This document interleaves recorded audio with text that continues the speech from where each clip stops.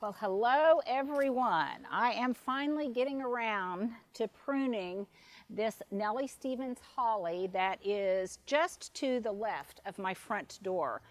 And a lot of times, you guys, I do this pruning in the wintertime because this Nelly puts out beautiful berries, and then I can bring the greenery in and use it in holiday arrangements. But because it is getting way too wide for this spot, and because it was really starting to get in the way of being on the front porch, I am tackling it now, and it will be just fine. I'm not going to be overly aggressive about pruning it, but I'm going to tip prune it to really decrease its width. Now, yesterday I did off of the porch, the inside area.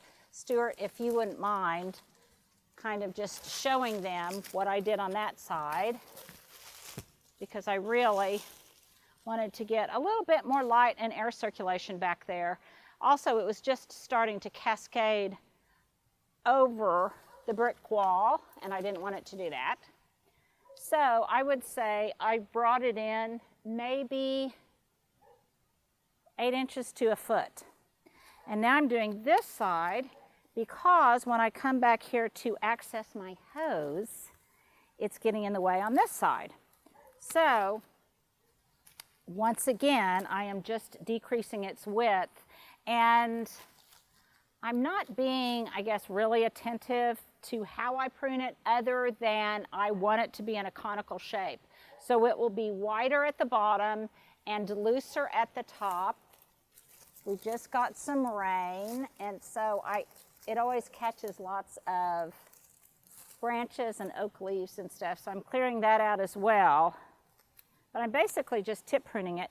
The other thing that I want to do, even plants like this that you would not think would reduce the amount of light that plants next to it are getting because it's not directly overhead, nevertheless, they too are creating a degree of shade for these other plants that I really want to have a little bit more sun.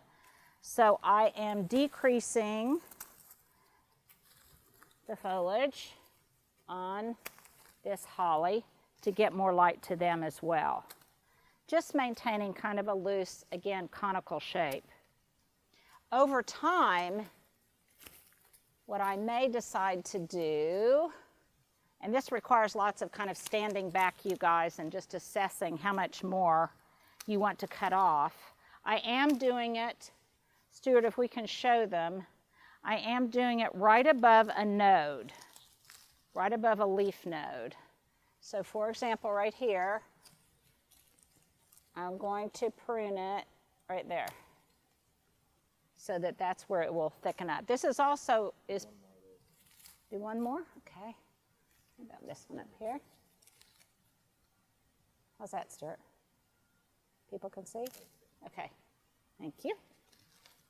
Stuart's become the director as well as the photographer. So the other thing that this will do, this is kind of Nelly Stevens Hollies. First of all, they make a great hedge. They can make a great specimen plant. If you are trying to hide a fence or create some interest along a fence, they're wonderful for that. But they also, one of the reasons that I like them is they can grow both in a very tight form in full sun, and then in some shade like this, they have a looser, more open habit that I also like because birds love it. And you can, I think, more easily maybe see the berries. So if you need an evergreen that can grow in some shade, then a Nelly would be a good candidate. Now, another thing that I'm going to do, probably, I'm not going to do it today, over time, I'm also removing any kind of dead wood that's in here, is they can also make a beautiful tree in kind of a topiary form. At my friend Elaine's, when we did that garden tour, I showed an English holly that was pruned up I'll put a link to that same video below so you can see what they look like, because they really have a beautiful trunk that you can reveal by pruning it from the bottom. And if you want, to create a little bit more structure, a little bit more negative space, and you want an area that you can underplant underneath, then that's a great option to do that. And these, you guys, they're kind of prickly, but they're not too prickly. So it's not unpleasant work.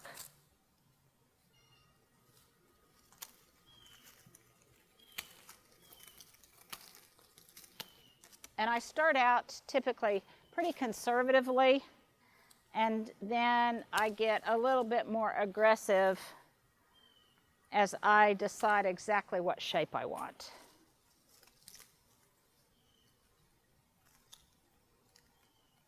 I obviously, while I am doing this, I'm going to make sure, fortunately this right now is not so tall that I can't prune the top ones by kind of bending them down. So that's not a problem. One thing I never do is stand on a ladder when I don't have someone close by in the event I fall or I need somebody to stabilize the ladder. Very important. And that's true, it's certainly true as you get older, but it's also true, I think, when you're younger, because you can lose your balance or the ladder can shift.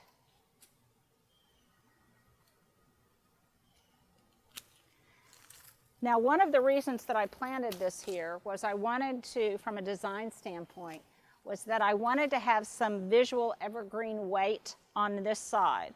And also because behind there is where my hose is. It's a utility area, and this also hides that without being too overgrown.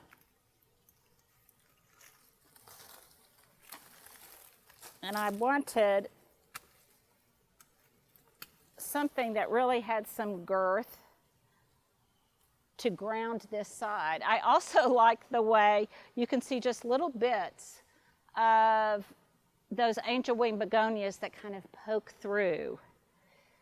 The other reason I like it is because in the wintertime, when the oak tree is barren and devoid of leaves, this looks great. I have never lit this for Christmas, but I guess I could, and it would be beautiful. I might remember that for me, Stuart, that I might want to do that at Christmas time.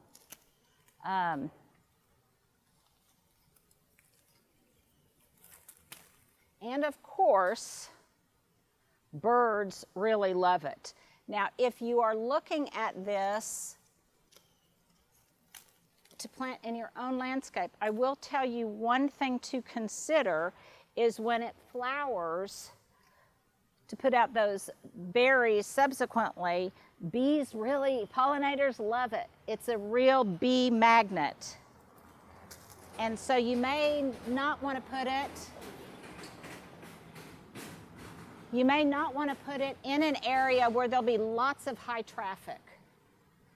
It's a great plant for using to break up a long expanse of a fence. A lot of times if someone has a huge backyard with a large amount of fence that just looks like too much space that needs to be divided up in some way, we will create a rhythm and a repetition of these beautiful hollies all up and down that fence line that serves to break it up, give the space a little bit more intimacy, and obviously some horticultural interest. How's that looking, Stuart? Is there anything obviously? Sometimes when I look back at these videos myself, you guys, I'll see something and I'll think, oh, when is she ever going to get to that one branch that's so obviously sticking out? That's easier for you guys to see than it is for me to see when I am pruning. So we are ever the gardeners, aren't we? Whether you're watching or you're doing. Now there's some up there that are going to require probably a step ladder at a minimum. And I will wait to do that since Stuart is on camera duty and can't hold the ladder. So now, Stuart, I'm going to step back and take a little bit more off over here. I'm always hesitant to cut off any berries, you guys. Pruning will encourage new growth. So I anticipate that this will start putting out a flush of new growth, and there's enough growing season left, so I don't need to worry about it coming out and being too cold so that the foliage won't be tempered to cold temperatures. I think this is going to be fine. Get some around this back side.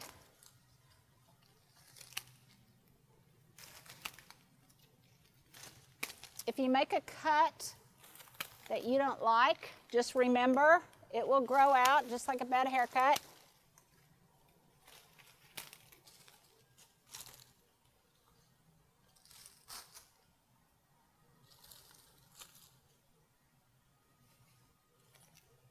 Once I start pruning, it's really hard for me to stop. I find it so cathartic. I love the immediate gratification of it. So, I appreciate the heck out of you guys helping me prune today and keeping me company. And I'm just going to keep working on this and let you guys go get another cup of coffee.